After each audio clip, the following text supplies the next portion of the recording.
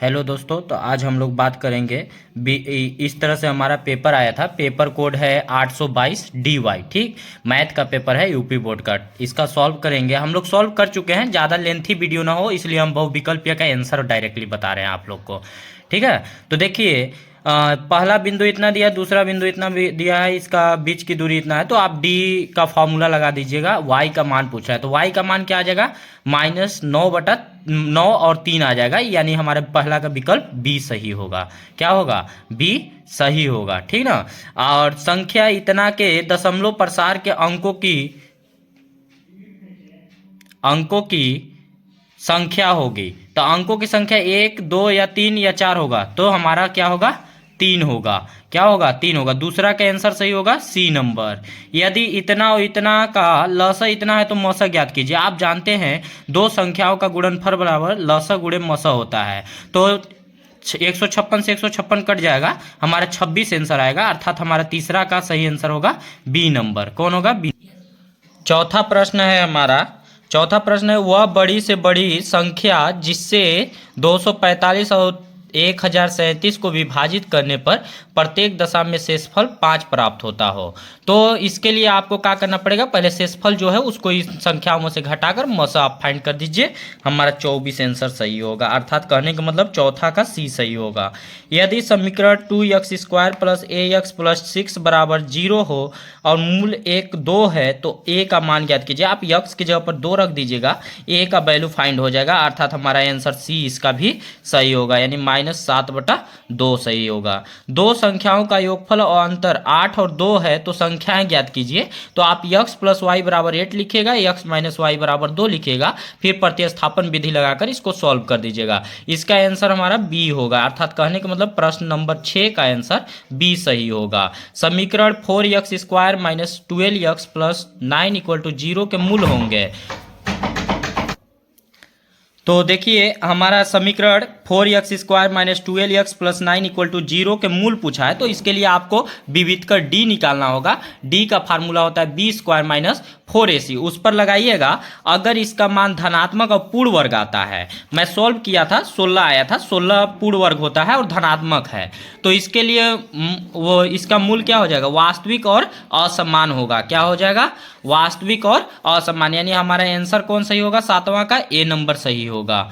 आगे बोल रहा है दो बिंदुओं इतना और इतना के बीच की दूरी निकालिएगा, तो आप d = √ x² minus x2 minus x1 का whole square plus y2 minus y1 का होल स्क्वायर का फॉर्मूला लगा दीजिएगा।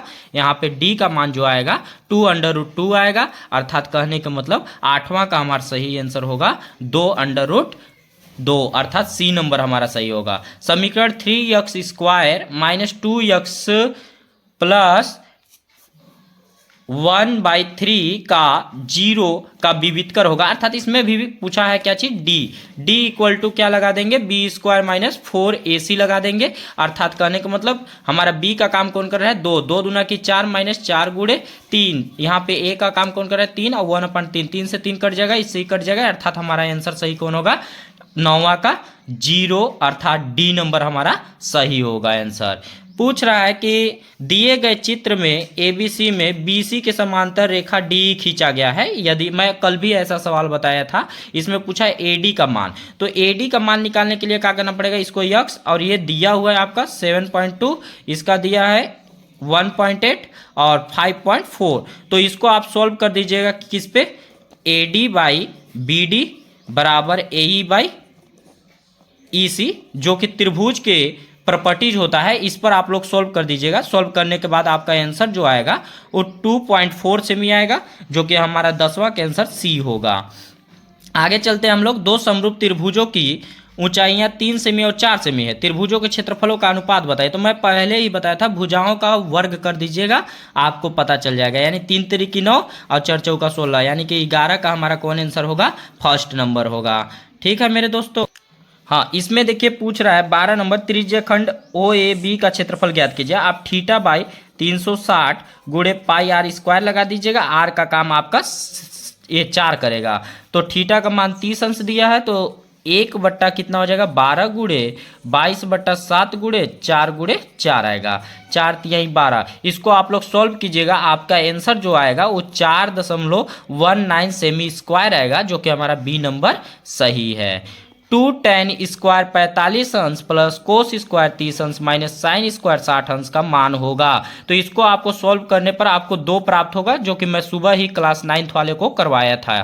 ठीक है, आगे बोल रहा है cos square 67 minus sine square 23 अंश का मान बताइए। तो इसके लिए आपको 90 माइनस थीटा पर इसको तोड़ देना होगा, जो कि साइन स्क्वायर 23 अंश आएगा और साइन स्क्वायर 23 अंश माइनस प्लस कट जाएगा, अर्थात हमारा आंसर कौन आएगा 0 आएगा, जो कि हमारा सही आंसर होगा 0, सी नंबर। 14 का हमारा क्या होगा सी नंबर होगा। फिर पूछ रहा है यहाँ पे हम लोग का 15 का, किसी त्रिभुज ABC में कोण C 90 अंश है और tan A इक्वल टू 1/√3 है। तो पहले आप tan में देखिएगा कितने अंश का मान 1/√3 होता है, अर्थात 30 डिग्री। तो A का मान आ जाएगा angle A equal to 30 degree, angle C equal to 90 degree दिया है।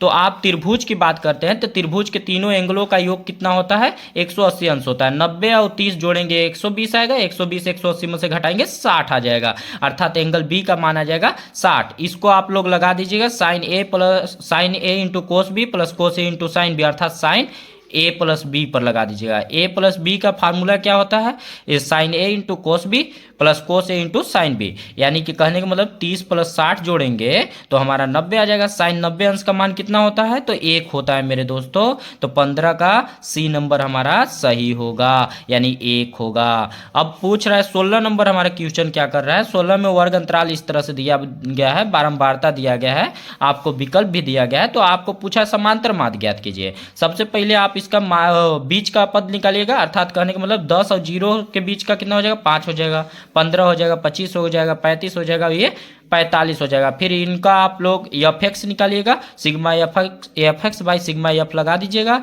जो कि हमारा इसका आंसर सही होगा 16 नंबर का बी नंबर सही होगा। यदि एक वृत्त का परिमाप एक वर्ग के परिमाप के बराबर है तो उनके क्षेत्रफलों का अनुपात ज्ञात कीजिए, जो कि हमारा आंसर सही होगा 11 संबंधे 14, यानी 17 का हमारा डी नंबर सही होगा। 18 नंबर पूछ रहा है एक आयताकार कागज 40 सेमी गुणे 22 सेमी को मोड़कर एक खोखला बेलन के आकार में बनाया जाता है, जिसकी ऊंचाई 40 सेमी है, बेलन की त्रिज्या होगी। तो इसको सॉल्व कर हमारा 18 प्रश्न है कि एक आयताकार कागज 40 सेमी और 22 सेमी को मोड़कर एक खोखला बेलन बनाया गया है, जिसका ऊंचाई 40 सेमी है।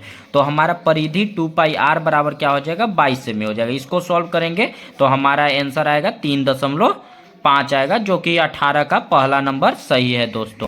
आगे बात करेंगे 19 नंबर। इस तरह से वर्ग अंतराल दिया हुआ है और बारंबारता दिया हुआ है। पूछा है माध्यक वर्ग कौन होगा, तो संचयी बारंबारता आपको निकालना होगा, उसके बाद n/2 करके आपको पता चल जाएगा माध्यक वर्ग कौन होगा 30 से 40 होगा, अर्थात कहने का मतलब 19 का डी नंबर सही होगा। 20 बोल रहे हैं यदि किसी बटन के माध्य और माध्यक क्रम से इतना से और इतना है तो बहुलक ज्ञात कीजिए।